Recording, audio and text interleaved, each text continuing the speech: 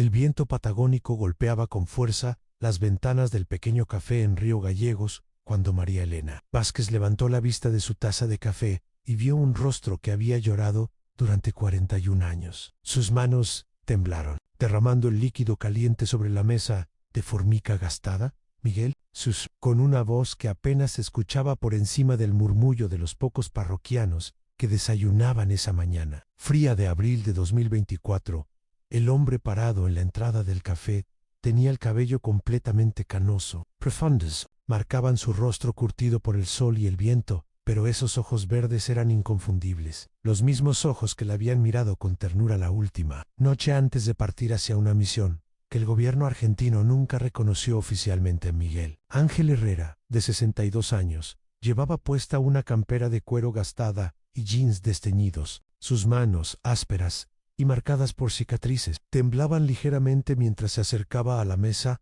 donde María Elena permanecía inmóvil, como si cualquier movimiento pudiera hacer desaparecer esta aparición María. Tío L.Y. Sue. Voz sonaba ronca, como si hubiera pasado años sin hablar con nadie.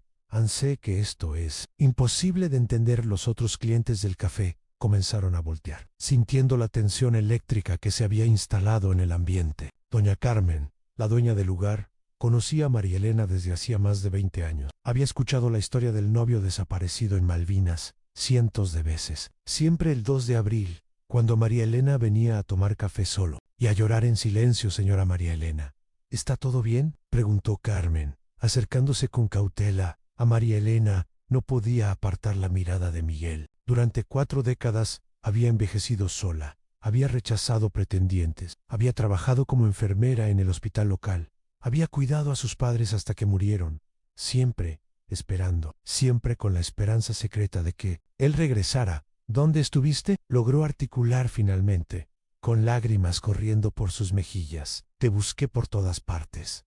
Fui a Buenos Aires, hablé con militares, con veteranos. Todos me dijeron que habías muerto en combate. A Miguel se sentó frente a ella. Sus movimientos eran cuidadosos, como los de alguien que ha aprendido a ser cauteloso durante mucho tiempo. No puedo explicarte todo aquí, susurró, mirando nerviosamente hacia la puerta. Pero necesito que sepas que no dejé de pensar en ti ni un solo día. Cute. Lo que hice fue para poder regresar a ti. El café se había sumido en un silencio sepulcral. Carmen había dejado de limpiar las tazas y escuchaba sin disimulo. Los 2 hombres que desayunaban en la mesa del rincón habían dejado sus medialunas intactas. Miguel, yo. María Elena extendió su mano temblorosa hacia él. Necesito saber si esto es real. Necesito saber si no me estoy volviendo loca. Cuando sus dedos se tocaron, Miguel cerró los ojos y una lágrima rodó por su mejilla. Es real, mi amor. Estoy aquí, estoy vivo, pero ¿cómo? ¿Por qué ahora? ¿Por qué después de tantos años? Miguel miró por la ventana hacia la calle, donde un auto azul había estado estacionado durante los últimos 20 minutos. 2 hombres en traje esperaban en el interior. Porque finalmente puedo contarte la verdad. Porque las personas que me mantuvieron alejado de ti ya no pueden hacerme daño. A María Elena siguió su mirada hacia el auto. ¿Quiénes son? Periodistas, investigadores, gente que ha estado buscando la verdad sobre lo que realmente pasó en 1983. Y yo soy la pieza que faltaba del rompecabezas. El viento patagónico volvió a golpear las ventanas, y María Elena sintió que su mundo, cuidadosamente construido durante 41 años de soledad y resignación, se desmoronaba y se reconstruía al mismo tiempo. Miguel, tengo miedo. Yo también, María. Pero esta vez no voy a desaparecer. Esta vez vamos a enfrentar todos juntos. Carmen se acercó discretamente y dejó 2 tazas de café humeante sobre la mesa. Por la casa, murmuró. Creo que van a necesitar algo caliente para esta conversación. Mientras tanto, en el auto azul, el periodista Diego Mendoza ajustaba su grabadora y revisaba sus notas por enésima vez. Durante 3 años, había estado investigando las operaciones militares clandestinas de 1983, siguiendo pistas que lo habían llevado desde Buenos Aires hasta este pequeño pueblo patagónico. ¿Estás seguro de que es él?, preguntó su compañero, el fotógrafo Ramón Gutiérrez. Tengo las fotos de 1982. Es él. Miguel Ángel Herrera, soldado del Regimiento de Infantería 25, oficialmente muerto en combate el 15 de junio de 1983. Pero lo que no sabe nadie es que él no murió en Malvinas, murió en una misión secreta en territorio chileno. Excepto que no murió. Exacto. Y ahora tenemos que averiguar cómo diablos un hombre muerto ha estado viviendo durante 41 años sin que nadie lo supiera. Andé vuelta en el café. Miguel tomó un sorbo de café y comenzó a hablar en voz baja. María, lo que voy a contarte va a cambiar todo lo que crees saber sobre la guerra, sobre el gobierno, sobre por qué desaparecí. Estoy lista, dijo ella, aunque su voz temblaba. 1983, yo no estaba en las Malvinas, estaba en Chile, en una misión que ni siquiera nuestros propios comandantes conocían completamente. Una misión que, si hubiera salido mal, habría provocado una guerra con Chile que Argentina no podía permitirse. A María Elena apretó su mano. Continúa. Y cuando la misión fracasó, cuando todo se fue al infierno, el gobierno decidió que era más fácil declararnos muertos que explicar qué estábamos haciendo del otro lado de la frontera. Los ojos de María Elena se llenaron de horror. ¿Nos? ¿Había más soldados contigo? Miguel asintió gravemente. Éramos 12. Yo soy el único que queda vivo. El sonido de una campana en la puerta del café los interrumpió. Diego Mendoza y Ramón Gutiérrez habían decidido que era momento de acercarse. Disculpen la interrupción, dijo Diego, mostrando su credencial de prensa. Soy Diego Mendoza, del diario La Nación. Hemos estado investigando la historia del sargento Herrera durante mucho tiempo. Miguel se tensó, pero no se levantó de la mesa. ¿Qué quieren? Levet, y creemos que usted tiene respuestas que el país necesita escuchar. A María Elena miró alternativamente a Miguel y a los periodistas. ¿Esto significa que va a salir en los diarios? ¿Que todo el mundo va a saber? Significa, dijo Diego, que finalmente vamos a poder contar la historia de los soldados que el gobierno argentino abandonó en territorio enemigo. Y como uno de ellos logró sobrevivir cuando todos los demás murieron. Miguel cerró los ojos y suspiró profundamente. Está bien.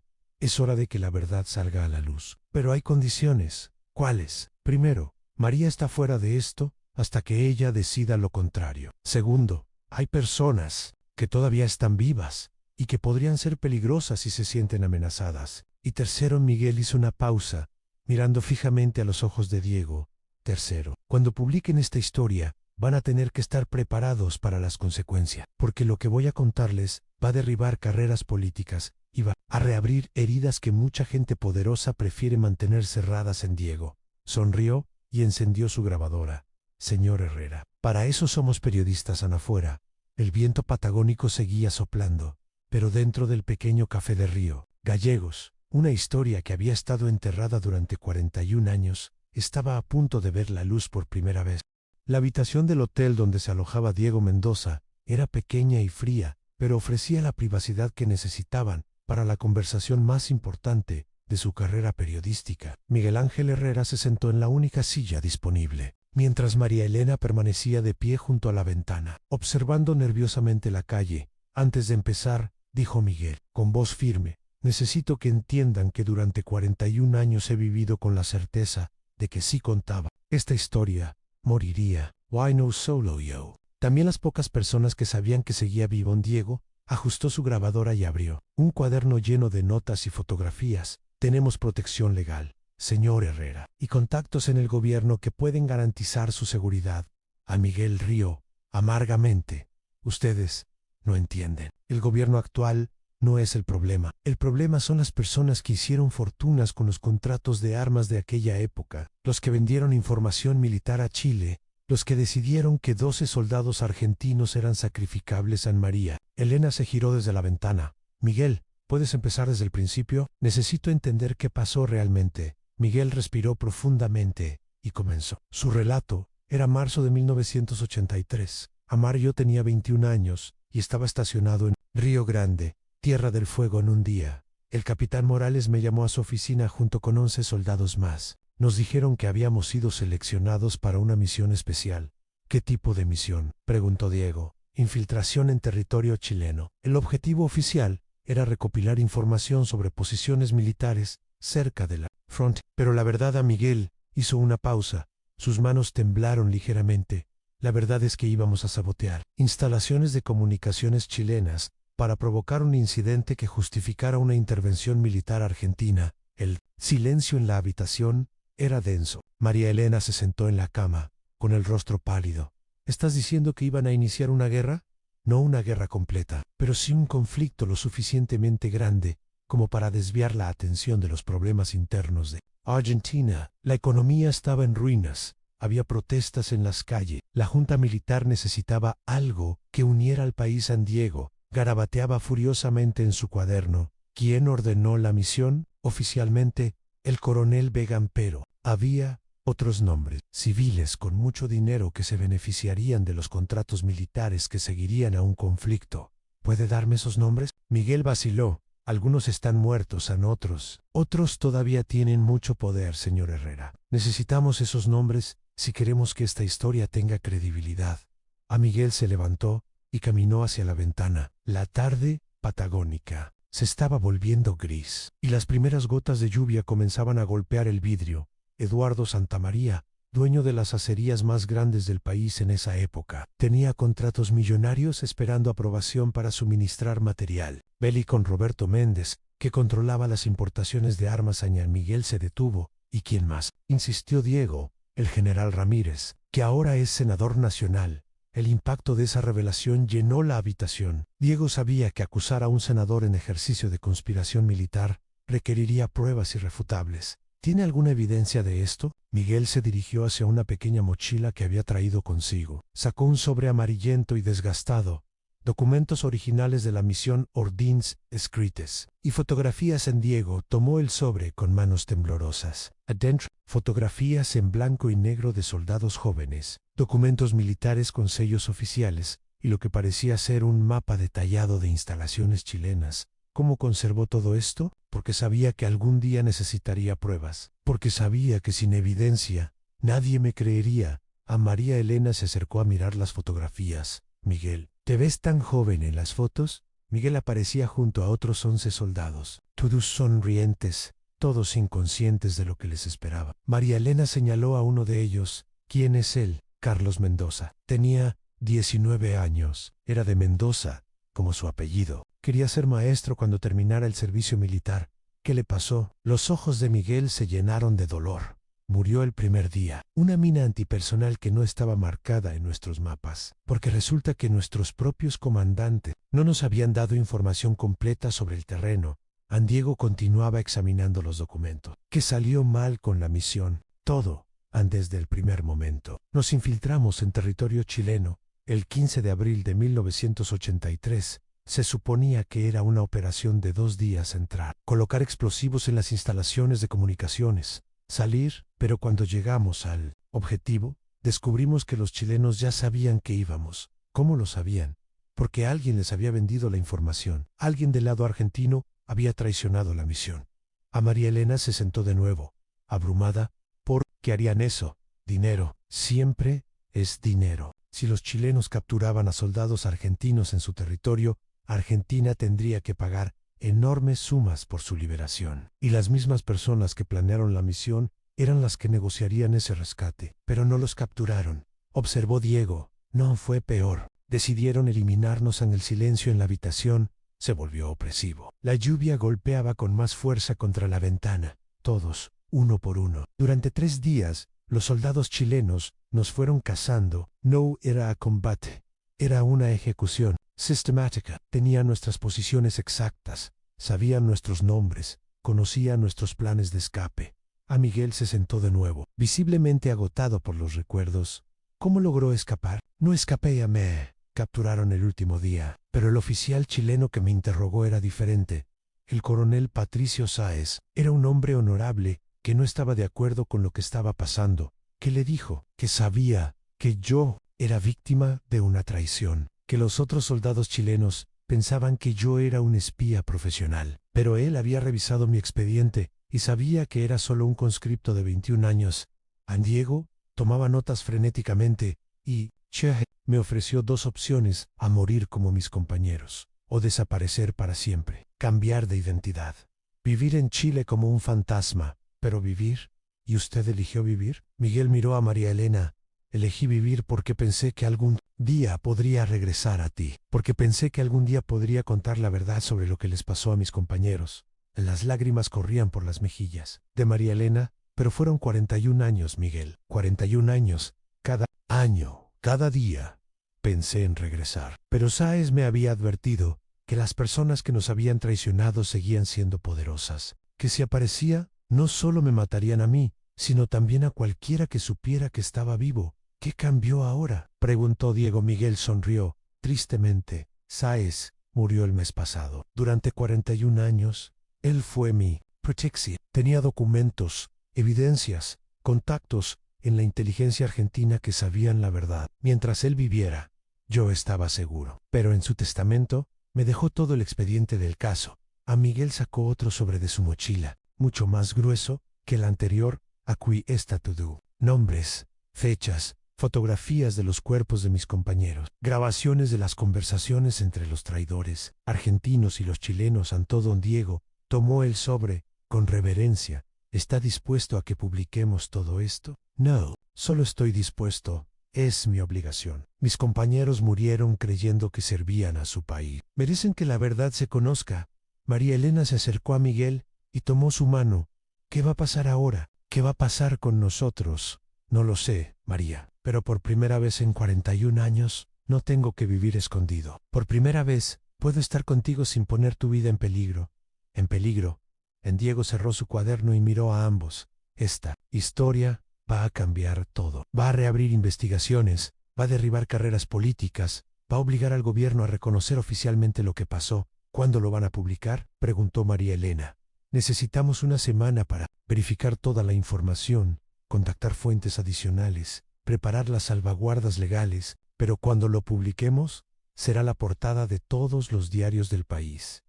A Miguel se levantó y caminó hacia la ventana. La lluvia había cesado y el sol patagónico comenzaba a filtrarse entre las nubes. Una semana más, murmuró. Después de 41 años, una semana más, no es nada.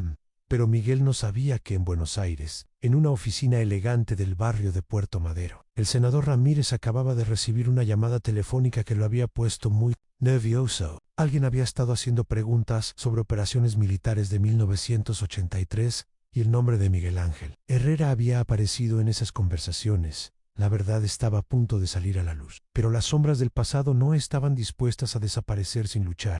El senador Julio Ramírez colgó el teléfono con manos temblorosas y se sirvió un whisky doble. A los 78 años, había pensado que los fantasmas de 1983 estaban enterrados para siempre, pero la llamada de su contacto en la inteligencia le había confirmado sus peores miedos. A Miguel Ángel Herrera estaba vivo y había hablado con periodistas en C. Dirigió hacia la ventana de su oficina, en el piso 20, observando las luces de Puerto Madero. Desde allí podía ver el río de la Plata, las mismas aguas que habían visto partir y regresar a tantos soldados durante la Guerra de Malvinas. Pero Miguel Herrera nunca había regresado oficialmente.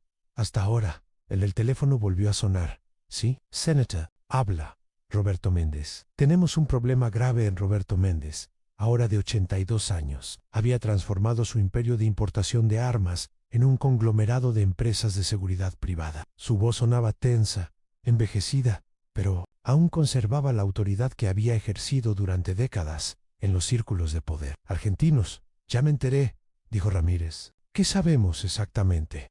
Herrera tiene documentos, fotografías, y lo peor de todo, tiene los archivos del coronel Sáez en Ramírez. Sintió que sus piernas flaqueaban. Se sentó pesadamente en su silla de cuero. ¿Sáez guardó todo? Aparentemente, sí. Han 41 años de evidencia. Nuestros nombres están en esos documentos, Julio, nuestras firmas, en las órdenes de la misión. Los pagos a los informantes chilenos. ¿Cuánto tiempo tenemos? El periodista es Diego Mendoza, de la Nación. Según mis fuentes, están verificando la información. Calculo que tienen una semana, máximo 2. Antes de publicar, Ramírez bebió otro sorbo de whisky. ¿Qué opciones tenemos? Las mismas de siempre, pero esta vez es más complicado. Herrera no está escondido en Chile, está en territorio argentino protegido por periodistas y tiene respaldo legal. ¿Y los otros? Santa María. Eduardo murió hace 5 años. Su hijo maneja los negocios ahora, pero no sabe nada de las operaciones del 83.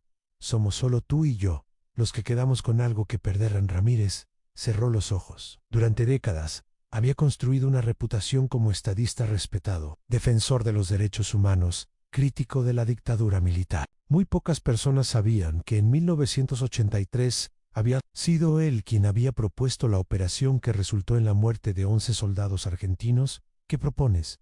Desacreditar a Herrera, hacerlo parecer un demente, un oportunista que busca aprovecharse de la atención mediática. Tengo contactos en otros medios que pueden sembrar dudas sobre su historia, y si eso no funciona, hubo un silencio largo del otro lado de la línea. Entonces, tendremos que considerar otras opciones. Ramírez sabía exactamente a qué se refería Méndez. Las otras opciones habían sido utilizadas muchas veces durante los años oscuros de la dictadura. Roberto, ya no somos jóvenes, ya no tenemos la red de contactos que teníamos antes, pero el dinero sigue siendo el mismo. Julio, y hay mucha gente que todavía depende de nosotros para mantener sus trabajos, sus contratos, sus privilegios.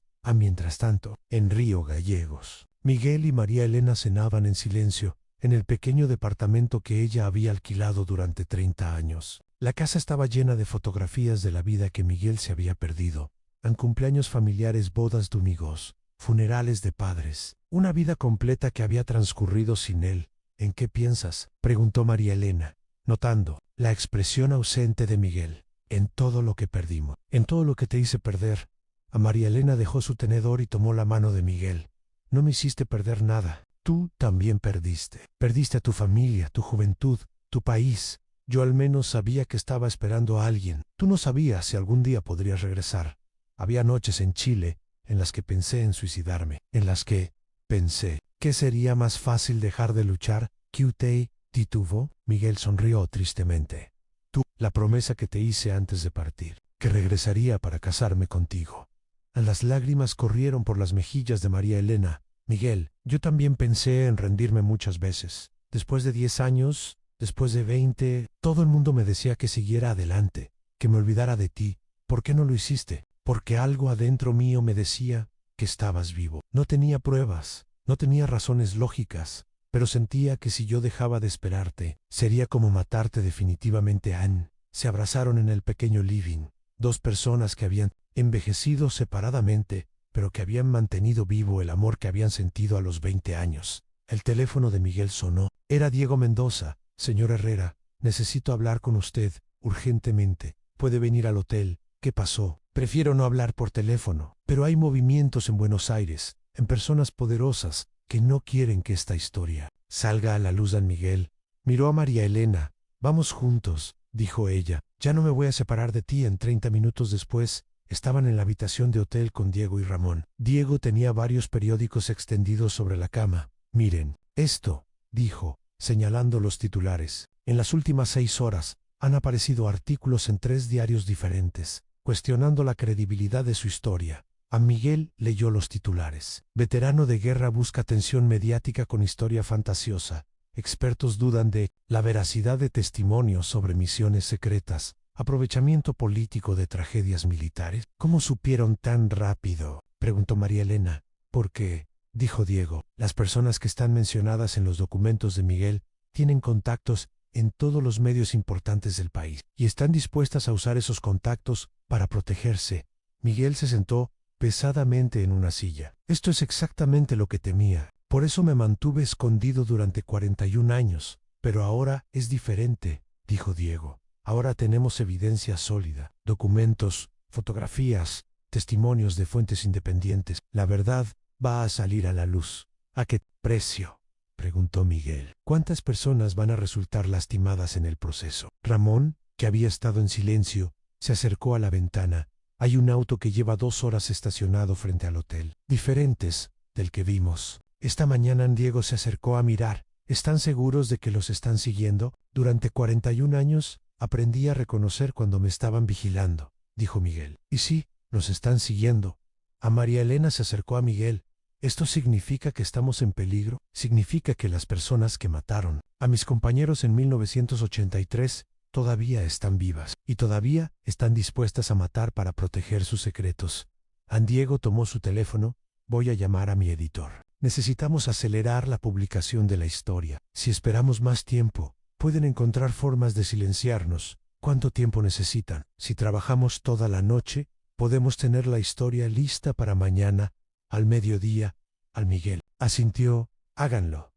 pero necesito pedirles un favor. ¿Cuál? Quiero que María Elena salga de la ciudad esta noche. Quiero que vaya a Buenos Aires, que se quede con familiares, que esté lejos de aquí cuando la historia se publique. No, dijo María Elena firmemente, no, me voy a ir. No después de encontrarte, María, no entiendes. Estas personas, entiendo, perfectamente, lo interrumpió. Entiendo que son asesinos, entiendo que son poderosos, pero también entiendo que durante 41 años viví pensando que habías muerto. Y no voy a dejarte enfrentar esto solo, Miguel. La miró con una mezcla de amor y desesperación. Si te pasa algo por mi culpa, si me pasa algo, será porque elegí estar aquí. Será mi decisión, no tu culpa. Diego cerró su teléfono. Está decidido. Vamos a trabajar toda la noche. Mañana, a las 12 del mediodía, la historia estará en la portada de La Nación. Y una vez que esté publicada, será imposible silenciarla. ¿Y hasta entonces? Preguntó Ramón. Hasta entonces, dijo Miguel, mirando hacia la ventana donde el auto sospechoso seguía estacionado. Tenemos que mantenernos vivos en Buenos Aires. En su oficina, el senador Ramírez terminó su tercera copa de whisky y tomó una decisión que sabía que cambiaría todo. Marcó un número que no había usado en más de 20 años, comandante Tojis. Habla Ramírez. Necesito un favor. Un favor grande. La voz del otro lado de la línea era fría. Profesional, senador. Pensé que habíamos cerrado ese capítulo de nuestras vidas. Yo también. Pero el pasado ha vuelto a visitarnos. Hubo un silencio largo. ¿Qué necesita? Río. Gallegos son un periodista, un fotógrafo y un fantasma que debería haber permanecido muerto, entiendo. Cuando esta noche Ramírez colgó el teléfono y se dirigió hacia su caja fuerte. Adentro tenía dinero en efectivo, documentos de identidad falsos que había conservado desde los años 80 y una pistola que esperaba no tener que usar nunca más. Pero después de 41 años, Miguel Ángel Herrera había regresado de entre los muertos y Ramírez estaba dispuesto a hacer cualquier cosa para enviarlo de vuelta. Miguel no había dormido. Permanecía sentado junto a la ventana, observando el auto que seguía estacionado en la calle. Durante las últimas 5 horas, había visto cambiar a los ocupantes 2 veces, pero el vehículo nunca se había movido. María Elena dormía inquietamente en la cama, murmurando su nombre entre sueños. Diego y Ramón trabajaban en la habitación contigua, verificando datos, contactando fuentes, preparando la historia que cambiaría todo. El teléfono de la habitación sonó. Sí, señor Herrera, habla la recepción. Hay un hombre aquí que dice que necesita hablar con usted urgentemente. Dice que es del gobierno. A Miguel sintió que se le helaba la sangre como Seilama, comandante Tojis de la Policía Federal. Miguel conocía ese nombre. Torres había sido uno de los oficiales de inteligencia que habían participado en el planeamiento de la misión de 1983. Sí, estaba Ali. Significaba que las personas en Buenos Aires habían decidido actuar. Dígale que baje en 5 minutos. A Miguel despertó suavemente a María Elena. Tenemos que irnos ahora. ¿Qué pasó? Vinieron por nosotros. María Elena se levantó rápidamente y comenzó a vestirse. Miguel golpeó la puerta que conectaba con la habitación de Diego. Tenemos que usar. ¡Ya! Diego abrió la puerta, con los ojos enrojecidos por la falta de sueño. ¿Qué pasó? La Policía Federal está aquí. No son los buenos. San Diego y Ramón comenzaron a empacar frenéticamente sus equipos y documentos. ¿Hay otra salida? Miguel se asomó por la ventana. El hotel tenía 3 pisos y estaban en el segundo. Había una escalera de incendios en la parte trasera del edificio, por aquí. Pero tenemos que movernos rápido. Mientras bajaban por la escalera de incendios en la madrugada fría y ventosa de la Patagonia, Miguel se dio cuenta de que estaba reviviendo la misma pesadilla que había vivido en Chile 41 años atrás, a huir en la oscuridad, sin saber en quién confiar, con la certeza de que personas poderosas querían verlo muerto. Llegaron al auto de Diego sin ser vistos. Mientras se alejaban del hotel, pudieron ver a varios hombres uniformados entrando al edificio principal. ¿A dónde vamos?, preguntó María Elena. A la única persona en este pueblo en quien puedo confiar, dijo Miguel. 20 minutos después, se detuvieron frente a una casa pequeña en las afueras de Río Gallegos. Miguel golpeó suavemente la puerta. ¿Quién es?, preguntó una voz femenina desde adentro. Soy Miguel. Carmen. Necesito ayuda. Carmen, la dueña del café donde Miguel y María Elena se habían reencontrado, abrió la puerta en bata y pantuflas. ¿Qué pasó? ¿Por qué están aquí a esta hora? Nos están persiguiendo. Necesitamos un lugar donde escondernos hasta que amanezca. Carmen los hizo pasar sin hacer más preguntas. Su casa era modesta pero cálida, llena de fotografías familiares y recuerdos, de una vida simple y honesta. ¿Puedo ofrecerles café?, preguntó, como si fuera normal recibir refugiados a las 4 de la mañana mientras Carmen preparaba café. Diego llamó a su editor en Buenos Aires. Mauricio, soy Diego, necesitamos publicar la historia ahora. ¿Esta mañana? ¿Tan rápido? Pensé que necesitabas más tiempo para verificar. No tenemos más tiempo. Hay gente del gobierno tratando de silenciar a nuestro testigo. Si no publicamos ahora, puede que no tengamos otra oportunidad. ¿Qué tan sólida es la historia? Diego miró a Miguel, que estaba sentado en el sofá de Carmen, con María Elena tomada de su brazo.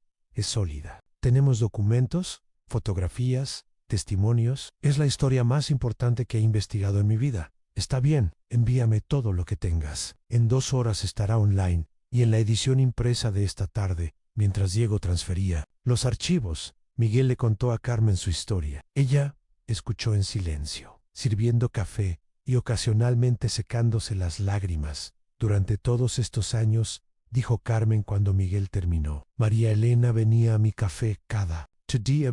Se sentaba en la misma mesa, pedía un café y lloraba en silencio. Yo sabía que había perdido a alguien en la guerra, pero nunca imaginé. ¿Nunca perdió la esperanza?, preguntó Miguel. Nunca, ni incluso cuando todo el mundo le decía que siguiera adelante. Ella insistía en que usted iba a regresar. Decía que lo sentía en el corazón. María Elena apretó la mano de Miguel. Y tenía razón. El amanecer patagónico comenzó a filtrarse por las ventanas de la casa de Carmen, cuando el teléfono de Diego sonó. Diego, soy Mauricio. La historia está publicada. En este momento está siendo leída por miles de personas. ¿Y las reacciones? El gobierno ya emitió un comunicado negando todo, pero los documentos que enviaste son irrefutables. Estamos recibiendo llamadas de otros medios, de organizaciones de derechos humanos, de familiares de veteranos de guerra. Esto va a ser enorme, Diego. Cortó la llamada y miró a Miguel. Ya está. La verdad está en la calle. Miguel se levantó y caminó hacia la ventana. En la distancia, podía ver vehículos policiales patrullando las calles de Río Gallegos. ¿Cree que ahora estamos seguros?, preguntó María Elena. Más seguros, dijo Miguel. Una vez que la historia es pública, es más difícil hacernos desaparecer sin que sea obvio que están tratando de silenciarnos. Pero Miguel subestimaba la desesperación de las personas que tenían todo que perder en Buenos Aires. El senador Ramírez estaba en una reunión de emergencia con Roberto Méndez y varios abogados y asesores de imagen. La historia ya está publicada, dijo uno de los abogados. Tenemos que pasar a modo control de daños. ¿Qué opciones tenemos?, preguntó Méndez. Legalmente, casi ninguna. Los documentos parecen auténticos. Los testimonios son consistentes. Y Herrera tiene evidencia física que corrobora su versión. Ramírez se levantó de la mesa. Entonces, no vamos a resolverlo legalmente. ¿Qué quiere decir? Quiero decir que Miguel Ángel Herrera ha sido un hombre muerto durante 41 años. Y es hora de que realmente lo sea. El abogado se levantó, visiblemente incómodo. Senador, no puedo ser parte de esto. Me retiro del caso. Después de que el abogado se fue, Ramírez miró a Méndez. ¿Cuánto tiempo necesitas? 24 horas, pero tiene que parecer un accidente. Un robo que salió mal. ¿Algo creíble? ¿Y los periodistas? También. Si mueren todos juntos, parecerá que se toparon con criminales locales. La Patagonia es una región peligrosa. Mientras tanto, en Río Gallegos, Miguel estaba leyendo la historia publicada en el sitio web de La Nación, en el teléfono de Diego. Las fotografías de los documentos aparecían claramente, junto con las imágenes de los soldados muertos y el testimonio completo de Miguel. Es exactamente como pasó, murmuró. Cada detalle, cada nombre, cada fecha. Los comentarios de los lectores se multiplicaban por minutos. Familiares de otros veteranos de guerra compartían historias similares de misiones secretas y soldados desaparecidos. Organizaciones de derechos humanos exigían investigaciones oficiales. Políticos de la oposición pedían la renuncia del senador Jaumírez. Miren esto, dijo Ramón, señalando la televisión que Carmen había encendido. Ya están hablando de la historia en los noticieros. En la pantalla, un periodista informaba desde la Casa Rosada. En el gobierno ha confirmado que abrirá una investigación sobre las acusaciones contenidas en el testimonio de Miguel Ángel Herrera, el soldado que reapareció después de 41 años de haber sido dado por muerto. ¿Eso significa que ganamos?, preguntó María Elena. Miguel negó con la cabeza. Significa que ahora viene la parte más peligrosa. Cuando las personas poderosas se sienten acorraladas, es cuando toman las decisiones más desesperadas, aun como si sus palabras hubieran sido proféticas. El teléfono de Carmen sonó. Sí, Carmen Gutiérrez. Habla el comandante Torres. De la Policía Federal. Tenemos información de que está alojando a personas buscadas por la justicia en Carmen. Miró a Miguel con ojos asustados. No sé de qué me habla, señora. Vamos a llegar a su casa en 20 minutos. Si está colaborando con fugitivos, puede enfrentar cargos serios. Carmen colgó el teléfono. Tienen que irse. Ahora a Miguel. Abrazó a Carmen. Gracias por todo. Y perdón por haberla metido en esto. No tiene que pedir perdón. Low Q. Fue lo correcto. Mientras se dirigían hacia la puerta trasera, Miguel se detuvo. ¿A dónde vamos ahora?, preguntó María Elena. Miguel miró hacia el horizonte patagónico, donde el sol matutino pintaba las montañas de color dorado.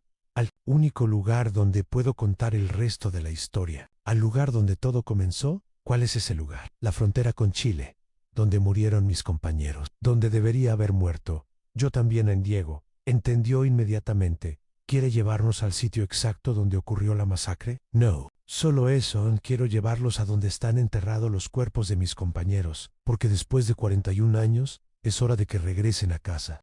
La camioneta Toyota Hilux de Diego avanzaba por la Ruta 40 hacia el oeste, adentrándose en el territorio más inhóspito de la Patagonia argentina. Miguel iba en el asiento del copiloto, con un mapa desgastado en las manos y los ojos fijos en el horizonte donde las montañas de la cordillera de los Andes se recortaban contra el cielo gris. Faltan 40 kilómetros hasta la frontera, dijo, señalando un punto en el mapa. Después, tenemos que dejar el auto y caminar a María Elena. Sentada en la parte trasera junto a Ramón, tomó la mano de Miguel desde atrás. ¿Estás seguro de que quieres hacer esto? Después de tantos años en Miguel, se volvió para mirarla.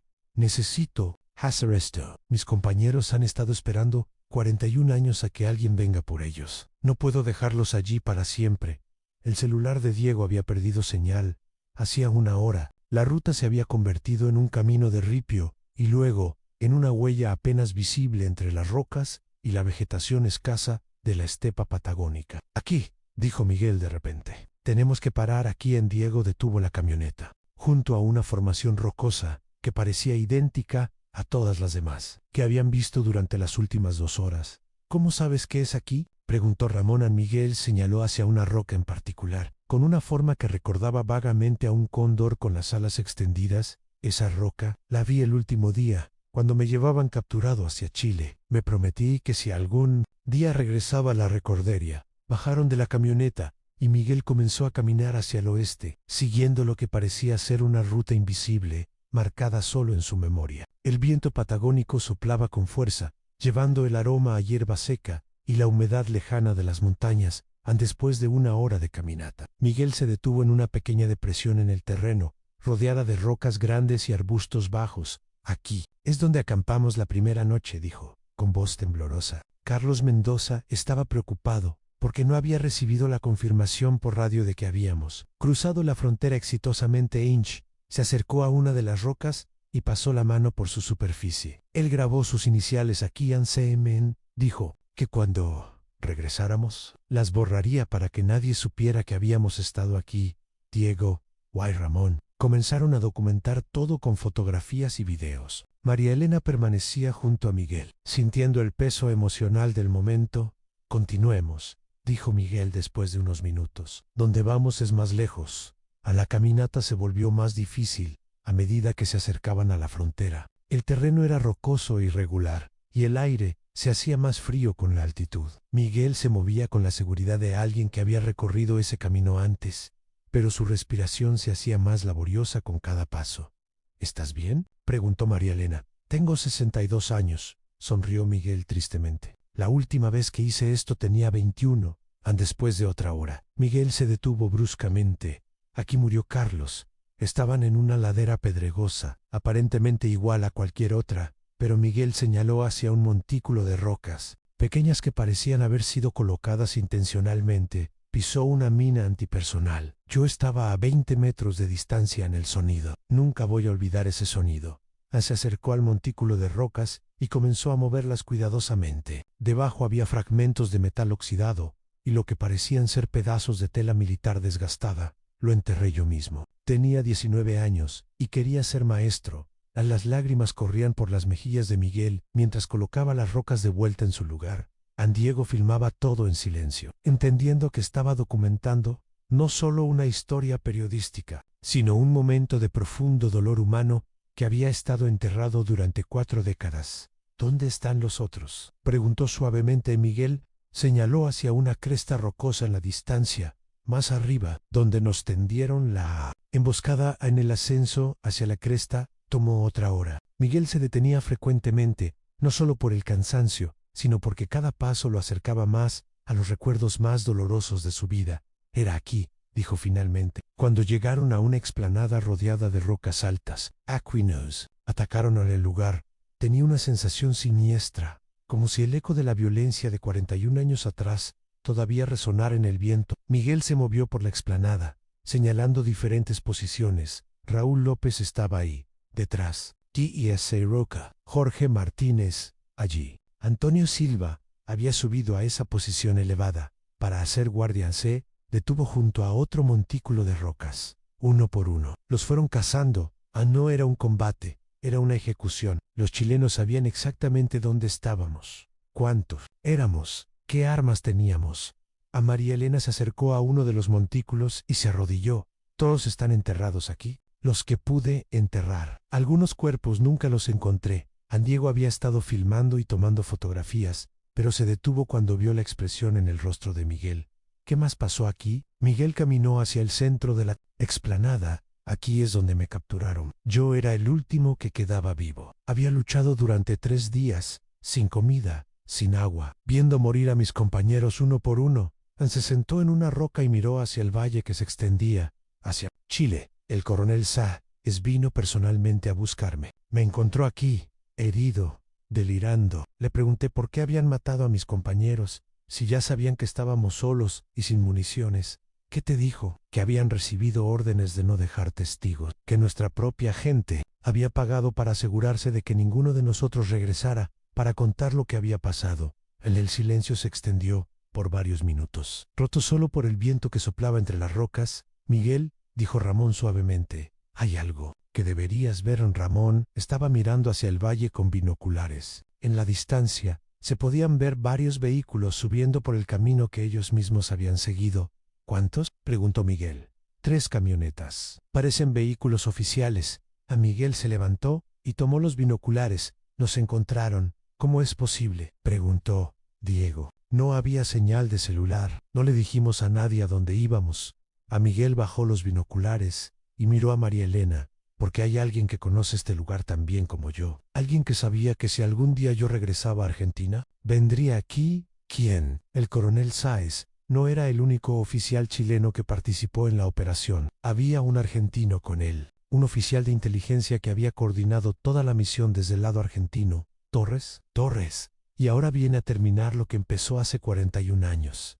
Diego comenzó a empacar su equipo. Tenemos que irnos, ahora. No, dijo Miguel firmemente. No nos vamos.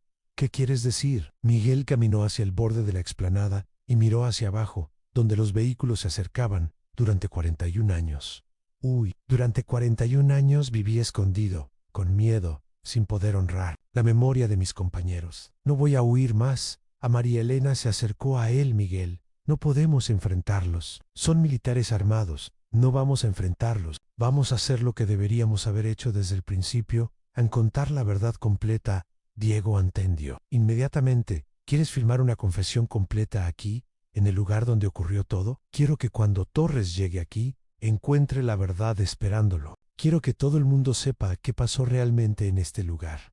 Ramón preparó rápidamente su cámara. Mientras Diego conectaba el transmisor satelital que había traído para emergencias. Tenemos conexión. Puedo transmitir en vivo, directamente. A la redacción del diario. Miguel se colocó frente a la cámara, con la explanada donde habían muerto sus compañeros como fondo.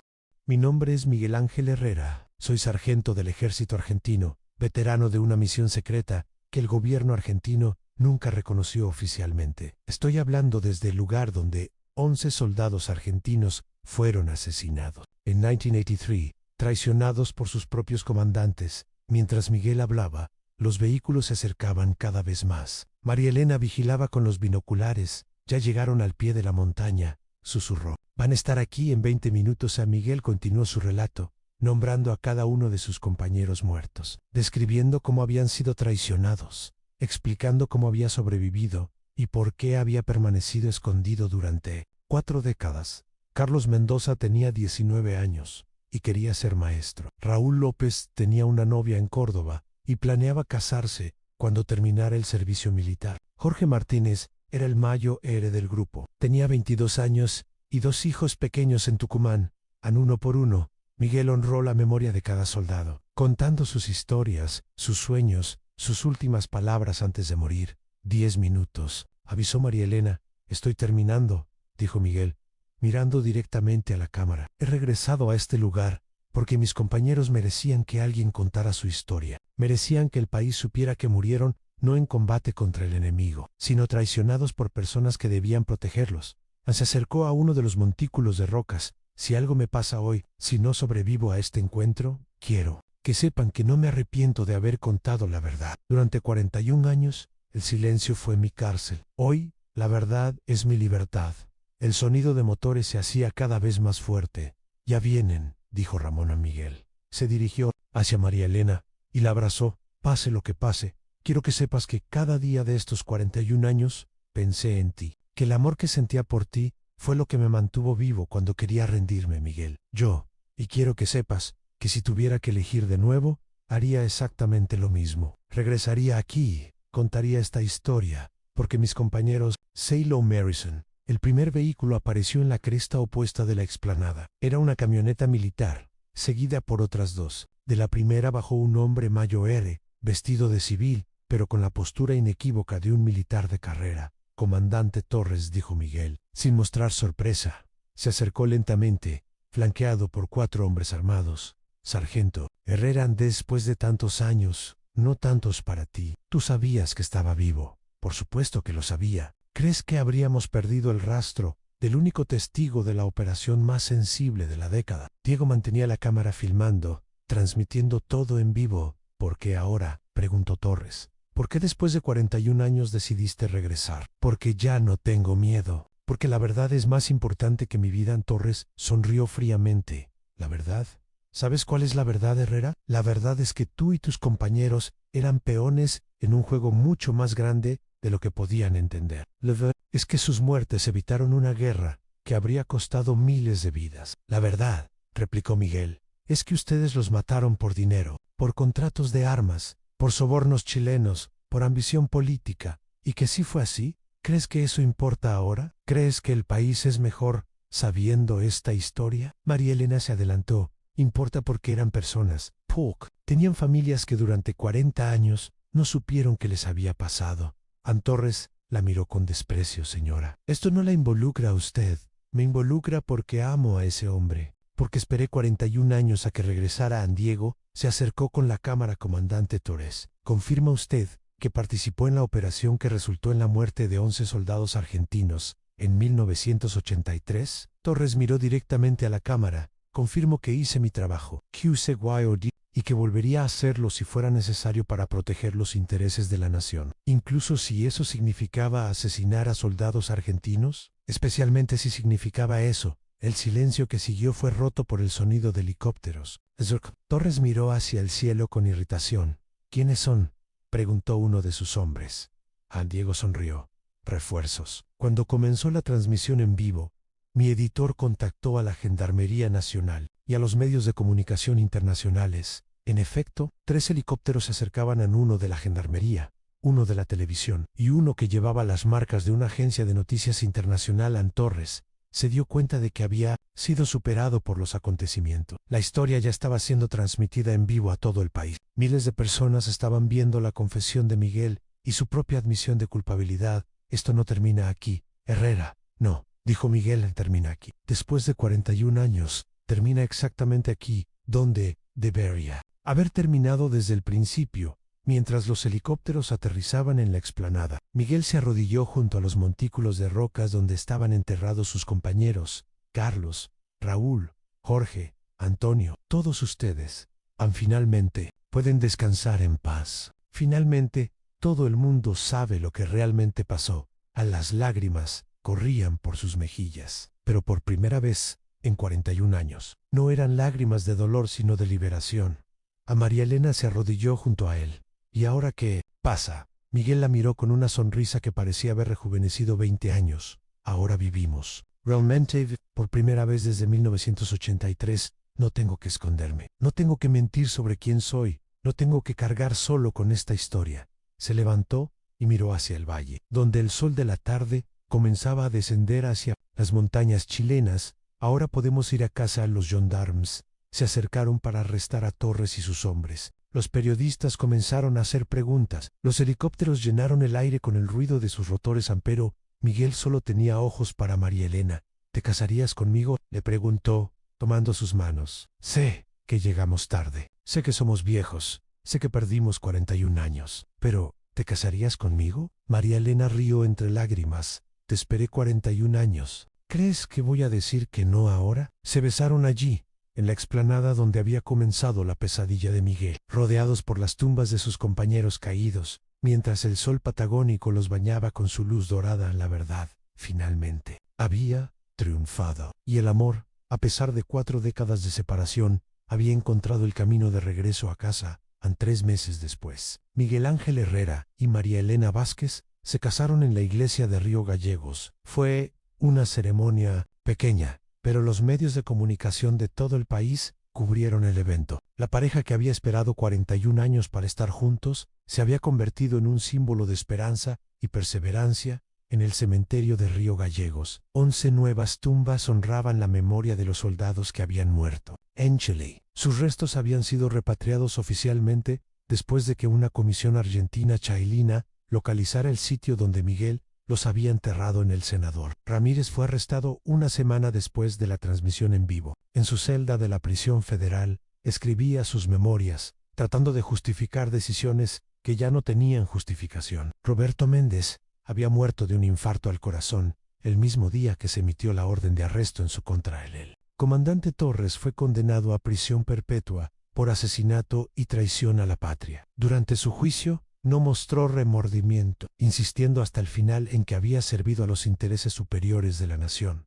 Diego Mendoza ganó el Premio Nacional de Periodismo por su investigación. La historia de Miguel Herrera se convirtió en un documental que fue visto por millones de personas en todo el mundo, un testimonio sobre el costo humano de las decisiones políticas, tomadas en habitaciones cerradas por hombres que nunca enfrentarían las consecuencias de sus actos. Pero, para Miguel y María Elena, la vida real comenzó después de que las cámaras se apagaron y los periodistas se fueron a casa. Comenzó en la pequeña casa que compraron en las afueras de Río Gallegos, con vista a las montañas donde Miguel había perdido a sus compañeros y encontrado su redención. Comenzó con las mañanas tranquilas, tomando café juntos. 41 años de conversaciones perdidas. Comenzó con Miguel enseñando a los niños del pueblo sobre la importancia de la verdad y la memoria. Comenzó con María Elena cuidando el jardín donde plantaron un árbol por cada uno de los soldados caídos. La historia de Miguel Ángel Herrera demostró que la verdad, por más tiempo que permanezca enterrada, siempre encuentra el camino hacia la luz, y que el amor verdadero puede sobrevivir a cualquier guerra, cualquier traición, cualquier cantidad de años de separación. En las noches claras de la Patagonia, cuando el viento calmaba y las estrellas brillaban sobre las montañas, Miguel y María Elena se sentaban en el porche de su casa, tomados de la mano, sabiendo que habían ganado la batalla más importante de sus vidas, la batalla por vivir en la verdad, sin miedo, sin secretos, sin remordimientos. Y en algún lugar, en el viento patagónico que soplaba desde las montañas, 11 jóvenes soldados finalmente descansaban en paz, sabiendo que su historia había sido contada, que sus sacrificios habían sido honrados, y que la justicia, aunque tardía, había llegado por fin.